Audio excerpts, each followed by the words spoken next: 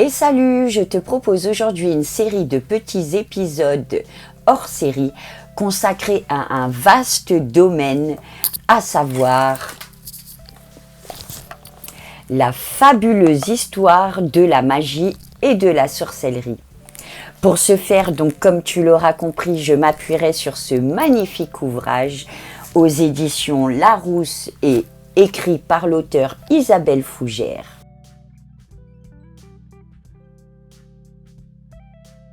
Au travers des différents épisodes que je vais te proposer, nous découvrirons l'histoire de la magie et de la sorcellerie dans le monde et à travers les âges. Mais avant de commencer à aborder ces termes, je te propose une petite définition donc de ce qu'est la magie et la sorcellerie. Pour commencer, la magie est un art de produire par des procédés occultes des phénomènes inexplicables ou qui semblent tels.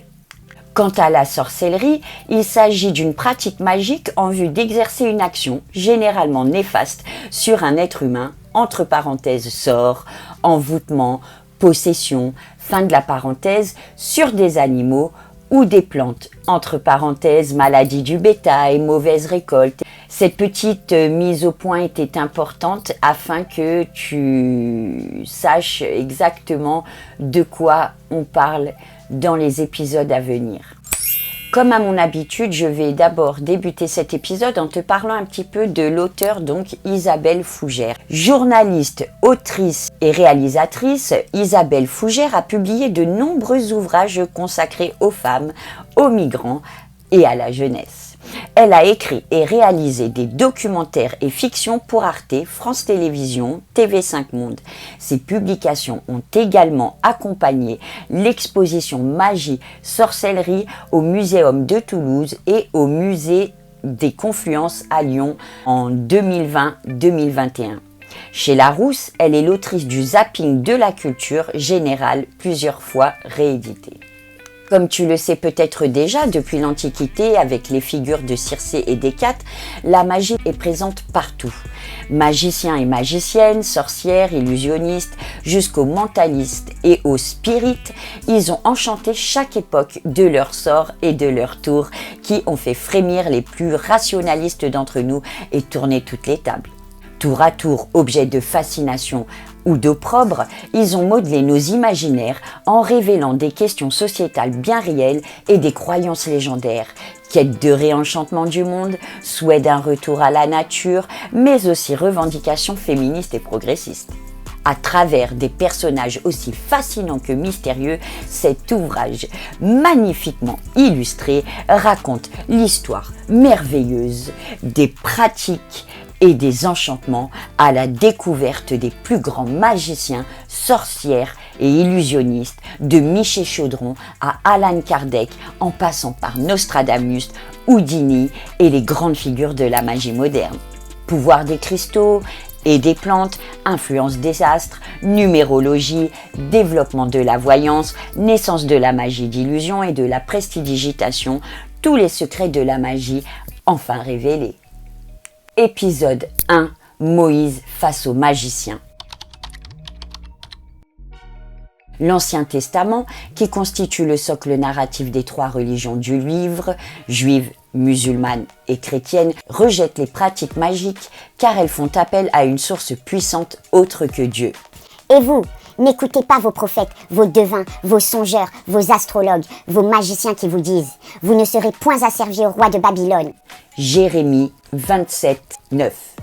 Dans le récit biblique, les pouvoirs temporels et terrestres ne cessent d'être surpassés par le pouvoir surnaturel de Dieu. Les magiciens de Pharaon, appelés en renfort par leur souverain pour mettre en échec Moïse venu libérer le peuple hébreu, tentent de reproduire les prodiges de ce dernier. Mais leur art secret, leurs incantations, sorts et formules magiques ne peuvent concurrencer la force mise en œuvre par l'envoyé de Dieu, armé d'un seul bâton.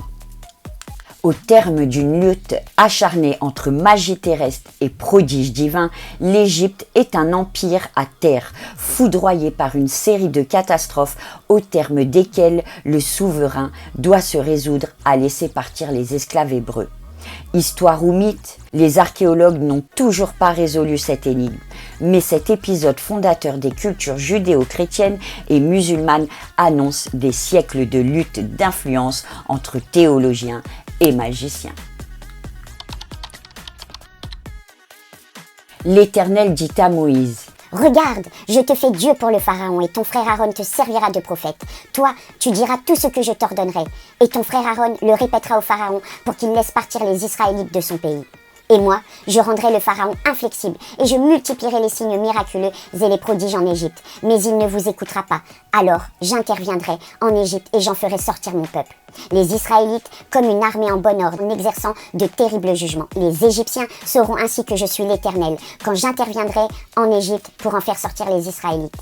L'Éternel dit à Moïse et à Aaron: Si Pharaon vous demande de faire un miracle, toi, Moïse, tu diras à Aaron: Prends ton bâton et jette-le devant Pharaon, et il se transformera en serpent. Moïse et Aaron se rendirent chez Pharaon et agirent comme l'Éternel leur avait ordonné. C'est ainsi que démarre dans la Bible, Exode 7:12, l'affrontement démiurgique au cours duquel Dieu et les Juifs infligent 10 fléaux à l'Égypte pour convaincre le pharaon de libérer le peuple hébreu. Dans cet épisode, il n'est question que de magie et de pouvoir qui se mesurent. La scène se déroule à la cour en présence d'une foule de dignitaires, de ministres, de savants, de prêtres. Moïse et son frère se tiennent devant le pharaon parés de tous les symboles de son pouvoir impérial et divin. Il a ses magiciens, des prêtres souvent lettrés, dont les rituels consacrent son pouvoir atemporel. Au centre de leur magie antique, les rituels d'exécration et d'assujettissement des ennemis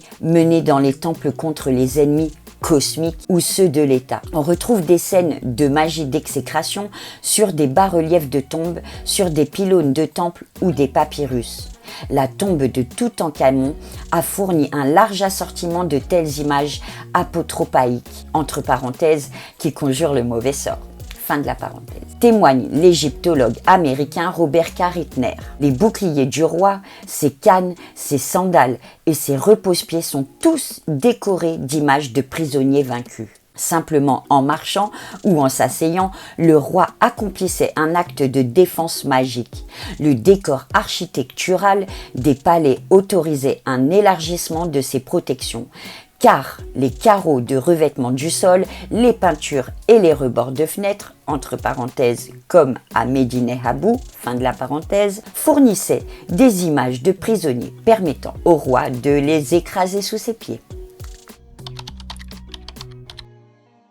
Dans l'Égypte antique, les magiciens ne se contentent pas de réciter des formules. Ils travaillent à l'aide d'une grande variété d'ustensiles. Des bâtons en forme de serpent, des couteaux apotropaïques, entre parenthèses appelés d'ailleurs baguettes, fin de la parenthèse, et l'ensemble des objets associés à la célèbre boîte du magicien, découverte en 1896 par l'égyptologue anglais James Ewart Kibble, dans une tombe sous le Ramesséum, temple à la gloire de Ramsès II.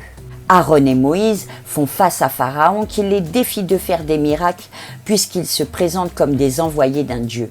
Sur ordre de Moïse, Aaron brandit le grand bâton qu'il a à la main et le transforme en serpent.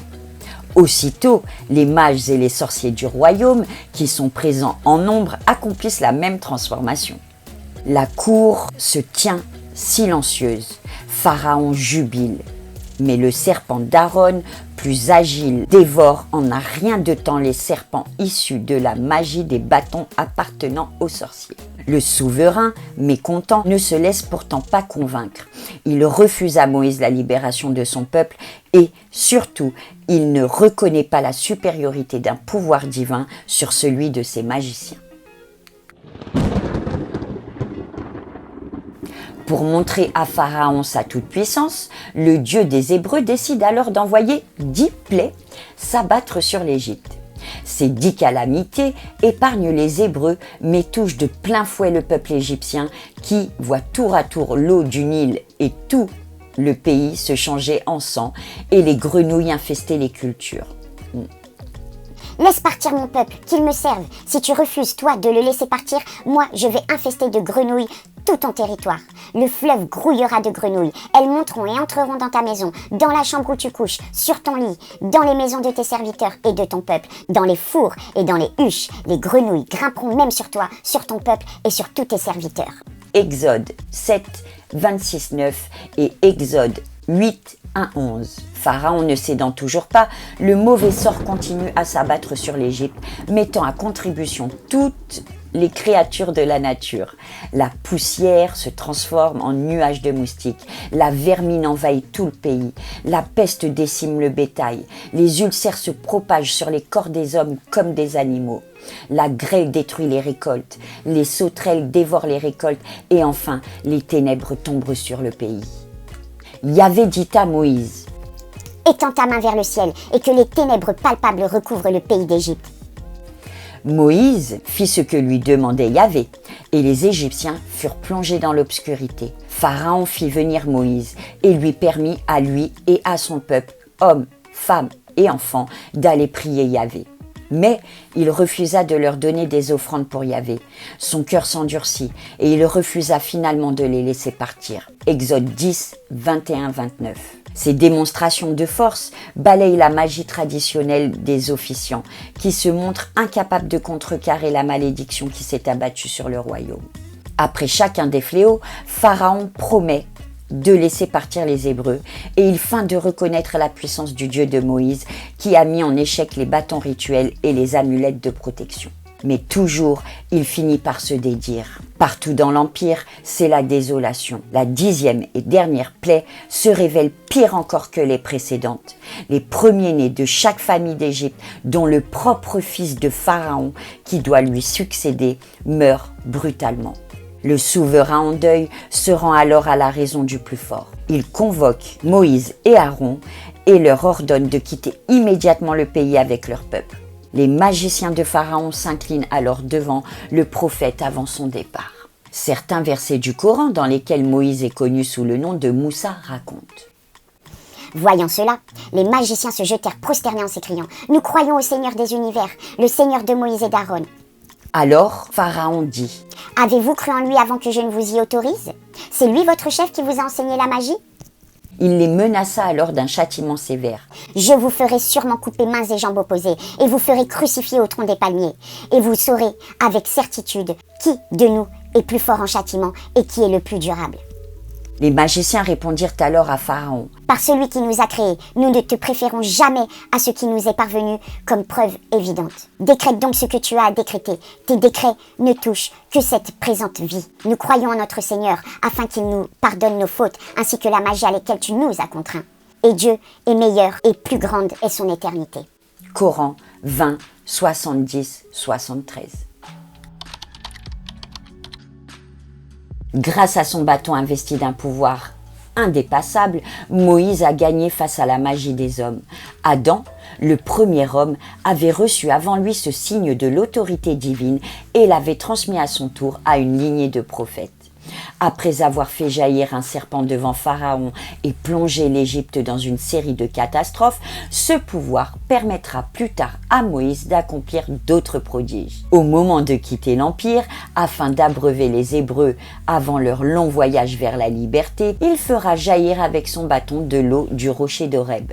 Mais qui est donc cet homme âgé qui a fait plier Pharaon et mis en déroute les meilleurs magiciens de la cour? Ces derniers bénéficiaient d'une position sociale enviée dans l'Égypte antique, avec des écoles où l'on enseignait la magie et l'illusion. Pharaon s'est mépris en considérant Moïse comme l'un des leurs. Les signes que le prophète a déclenchés et que Pharaon a vus comme de la sorcellerie appartiennent à un pouvoir absolu placé au-dessus de tout selon la Bible. Le prophète est un anti-magicien. Sans déconner. Il n'accomplit rien, c'est son Dieu qui commande les prodiges. Après l'épisode des plaies d'Égypte, qui sera suivi du passage miraculeux de la mer Rouge, alors que les Hébreux sont poursuivis par les soldats du Pharaon, Moïse deviendra le récipiendaire des 10 commandements divins sur le mont Sinaï. Intermédiaire entre son peuple et Dieu, Moïse préfigurait presque les chamans qui font le lien entre le monde visible et invisible. Ni saint Ni séculier, il accepte sa mission à contre-cœur, mais la mène avec gravité et humilité. À aucun moment, il ne cherche à se servir de son bâton pour renforcer une quelconque position personnelle qui le placerait au-dessus de son peuple. Les fonctions miraculeuses de son bâton n'existent que pour remplir la mission libératrice de son peuple. La magie de la cour du pharaon, qui imite maladroitement les prodiges de Moïse, se révèle illusoire. Le traducteur et essayiste Michel Attali analyse le personnage de Moïse comme la contre-figure du magicien, emblème de l'anti-pouvoir. Il faut laisser de côté toutes les images accumulées et élaborées par la culture occidentale.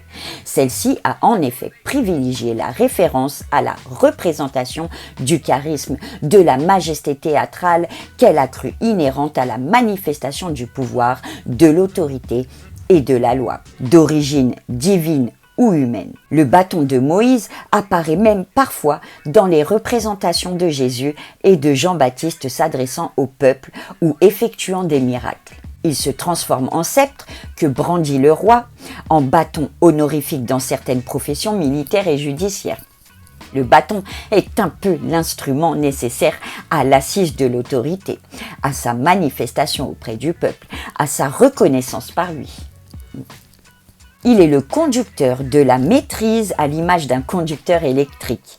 Sur ce matet, sur ce bâton, sont gravées les figures paradigmatiques de l'origine, de la mémoire, de l'appartenance et de la finalité messianique.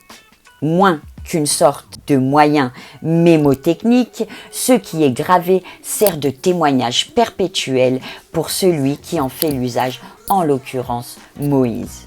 Le texte toranique souligne assez clairement que le bâton en lui-même, dans son existence comme dans l'usage que l'on peut en faire, n'octroie ni protection absolue, ni pouvoir surhumain. Quel statut accorder au texte biblique? Récit des origines mêlées de merveilleux? Livre d'histoire? Composition littéraire? Traité théologique? L'immense corpus et ses innombrables exégèses, publiées au cours des siècles, confirment, quoi qu'il en soit, sa valeur de représentation symbolique et culturelle dans la tradition judéo-chrétienne. Le duel entre magie terrestre et pouvoir divin qui oppose Moïse à Pharaon jette les bases d'une rivalité qui se renforcera au fur et à mesure de la christianisation, tout particulièrement en Europe. Pourtant, les deux hommes ont été élevés ensemble après que la mère du prophète l'a déposé bébé dans un couffin sur le Nil et qu'il a été trouvé puis adopté par la fille du pharaon.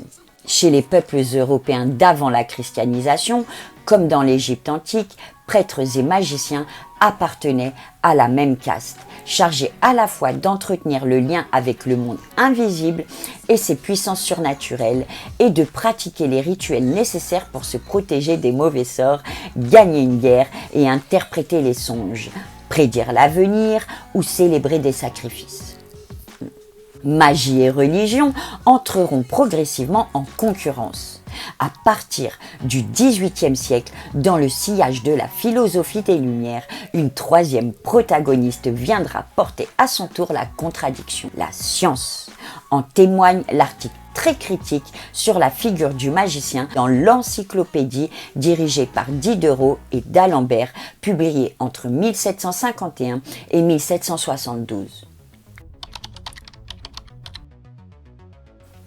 Je cite: « Ce fut dans des siècles de barbarie ou d'ignorance un assez bon métier, mais la philosophie et surtout la physique expérimentale, plus cultivée et mieux connue, ont fait perdre à cet art merveilleux son crédit et sa vogue. Le nom de magicien se trouve souvent dans l'écriture sainte. Ce qui justifierait une ancienne remarque, c'est qu'il n'y a eu parmi les auteurs sacrés que peu ou point de philosophes.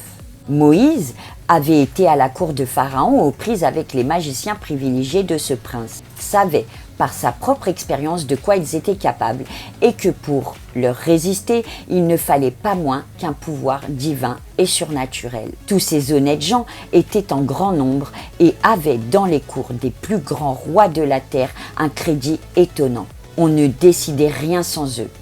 Il formait le conseil dont les décisions étaient d'autant plus respectables qu'étant pour l'ordinaire les ministres de la religion. Il savait les étayer de son autorité et qu'ils avaient l'art de persuader à des rois crédules qui ne connaissaient pas les premiers éléments de la philosophie, à des peuples si ignorants qu'à peine se trouvait-il parmi eux des esprits assez amis du vrai pour oser douter. Je reviens aux magiciens de Pharaon.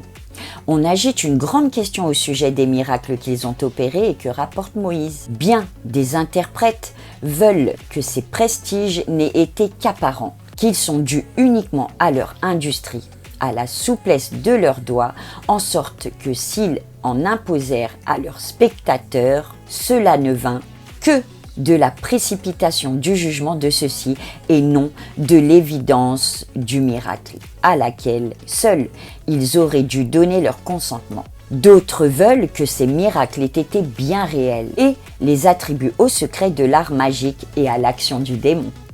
Bien sûr. Lequel de ces deux parties est le plus conforme à la raison et à l'analogie de la foi? C'est ce qu'il est également difficile et dangereux de décider. Et il faudra être bien hardi pour s'ériger en juge dans un procès si célèbre. L'illusion des tours de passe-passe, l'habilité des joueurs de gobelets, tout ce que la mécanique peut avoir de plus étonnant et de plus propre à surprendre et à faire tomber dans l'erreur. Les admirables secrets de la chimie, les prodiges sans nombre qu'ont été opérés l'étendue de la nature et les belles expériences qui l'ont dévoilé jusque dans les plus secrètes opérations, tout cela nous est connu aujourd'hui jusqu'à un certain point. Mais il faut en convenir, nous ne connaissons que peu ou point du tout le démon et les puissances infernales qui dépendent de lui. Il semble même que grâce au goût de la philosophie qui gagne et dépend insensiblement au-dessus, l'empire du démon va tous les jours en déclinant.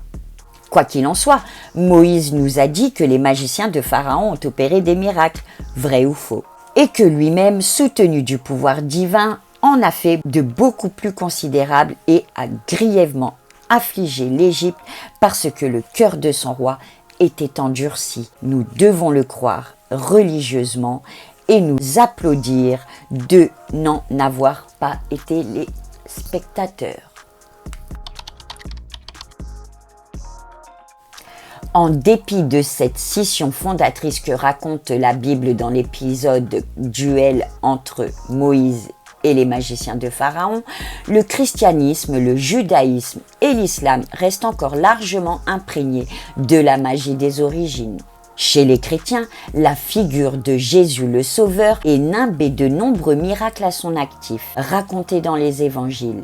Il guérit les lépreux, redonne la vue à l'aveugle, ressuscite Lazare. Surtout, il transforme l'eau en vin, multiplie les pains et marche sur l'eau. Ses apôtres, eux, provoquent des guérisons miraculeuses et pratiquent des exorcismes. Cependant, à la différence des magiciens, ils invoquent Dieu, source unique de leur pouvoir terrestre. Quant aux saints chrétiens, ils sont auréolés pour la plupart de talents de guérisseurs. Du côté de la religion juive, le lien à la magie est resté plus vivace encore. De nombreux rituels tels que nouer 7 fois son bracelet autour de son poignet pour se préserver des démons ou le port d'amulettes de protection sont autant de conseils développés dans ce que l'on appelle la Kabbale pratique. L'islam lui aussi porte les traces très vivantes d'un lien ancestral très étroit à la magie. Qu'il s'agisse de la croyance aux démons et autres djinns ou de l'existence des marabouts, ces maîtres spirituels qui pratiquent les envoûtements en Afrique ou au Maghreb. Autant d'éléments qui, comme le souligne le sociologue et éditeur français Jean-François Dortier, confirment les ressorts profonds qui poussent les humains à convoquer les puissances invisibles, réaliser des rituels étranges et formuler des paroles magiques pour tenter de maîtriser le cours du destin. Et voilà, ce premier épisode touche à sa fin. On voit que la frontière entre la magie et la sorcellerie est vraiment très fine. Hein. Du coup, ça m'amène une question. Quelle est la différence entre magie donc opérée par les hommes et celle opérée par Dieu Quand on voit, par exemple, l'épisode des plaies d'Égypte, qu'est-ce que c'est sinon des sortilèges voilà. Donc voilà, c'est tout pour moi pour aujourd'hui. J'espère que cet épisode t'aura plu. Quant à moi, je te donne rendez-vous pour le prochain épisode. Et en attendant, porte-toi bien. Et sur ce, je te dis ciao!